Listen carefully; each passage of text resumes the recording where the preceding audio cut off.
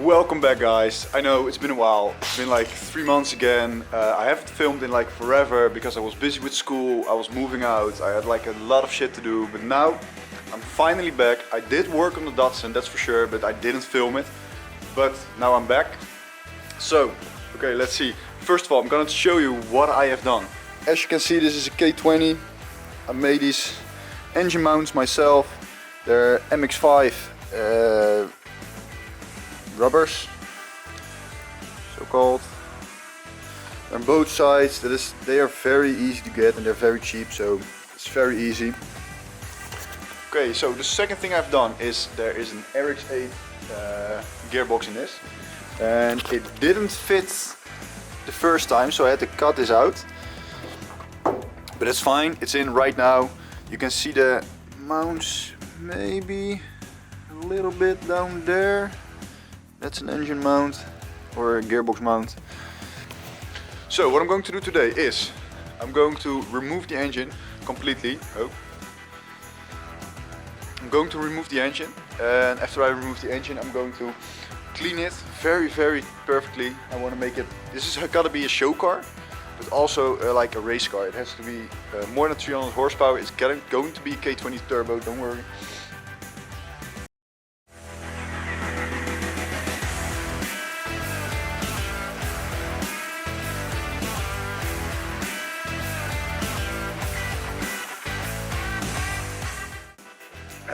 Okay, so it took a while longer than I expected.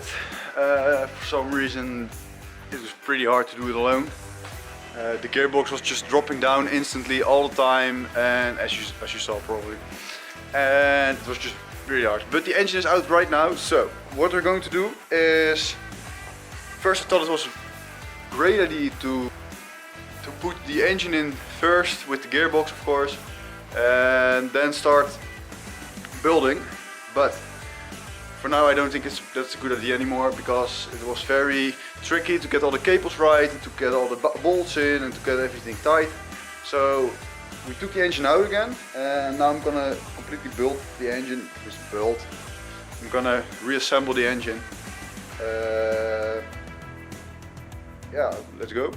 And for the people that are wondering what I'm going to do with the intake, I've already designed an aluminium intake manifold that is possible for that will fit this, because this one, the original one, that goes down, and once it's down it goes backwards, and there's no space for me. There's the firewall, so I just designed one with little tubes that go out, a box, and then the throttle body will be able to go here, which is way better. It kind of looks like this, but my design is this. So yeah, it does need some fine tuning, but it will be fine.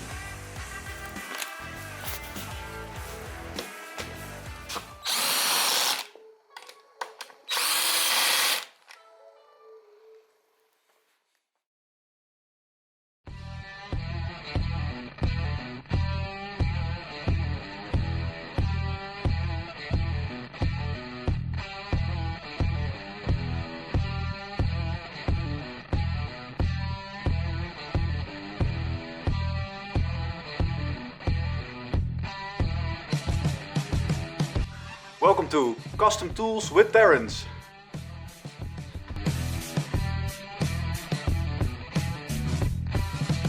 Okay, so what I did was I couldn't reach in, but my flywheel is very deep, so the standard, I think it's like a star wrench thing, couldn't reach. And I didn't have any of these. I forgot what it's called. That would fit, because the normal 19 would just slip over, and 17 or 18 was too small. So what I did is I cut off one of my wrenches and just welded it on top of here.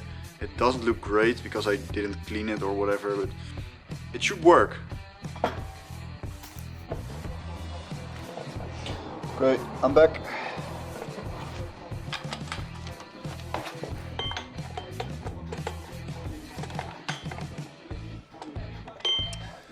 Still doesn't reach. Third time's his charm. Ah, come on, it fitted. 5 times charm. Try number 6. Try number 7. So what I ended up using are 2 wrenches welded together and grinded down to make it fit. And then a bolt and a nut that fits. And on top of that, the 19 millimeter socket. Socket, that's the word. I forgot the word all the time. And then to make sure the flywheel doesn't move, I just used this little wrench, and that worked perfectly fine. It took me 25 minutes to do this.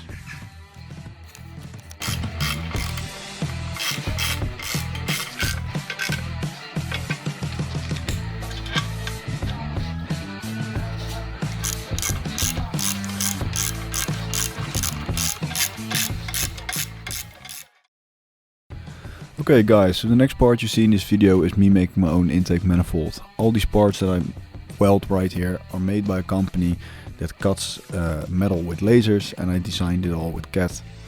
The video that I filmed was very laggy, the settings of my camera were wrong, so I couldn't use any of those. So enjoy this little edit I made of me making my own intake manifold.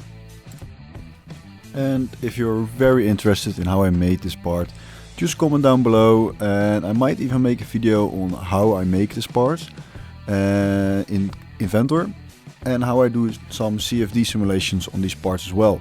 Because this intake manifold is indeed calculated to have the best maximum flow that I can make in my garage with the money and the time I have left to build this car.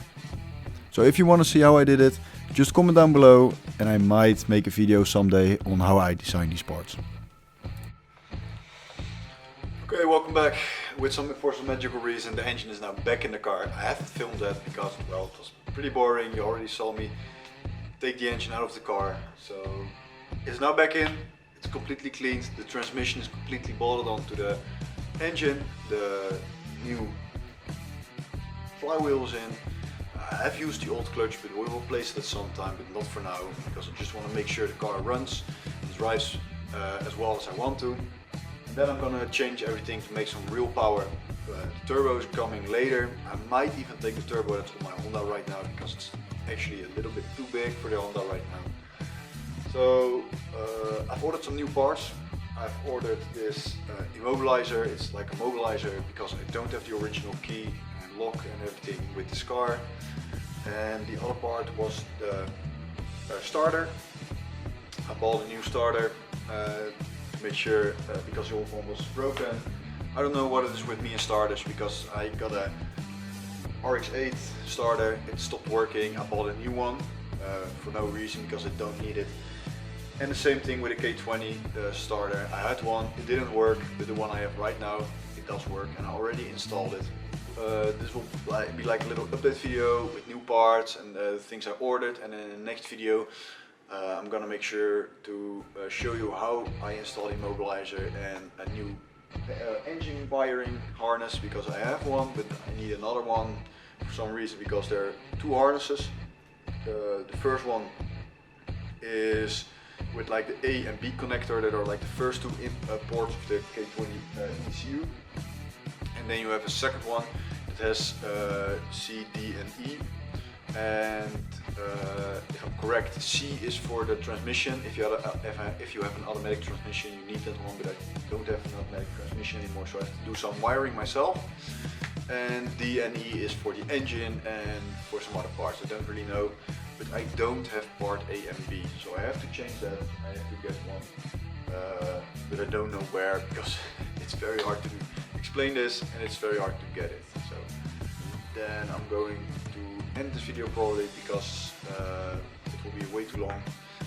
And in the next video, like I said, I will install an immobilizer that I bought from K20, and I will start wiring the engine, and I'll hopefully even be able to maybe not start it, but like to make sure I get spark, to get fuel to the engine, and maybe even do a little compression test or whatever. So the first thing now, like I said, starter, and the rest will be in the next video.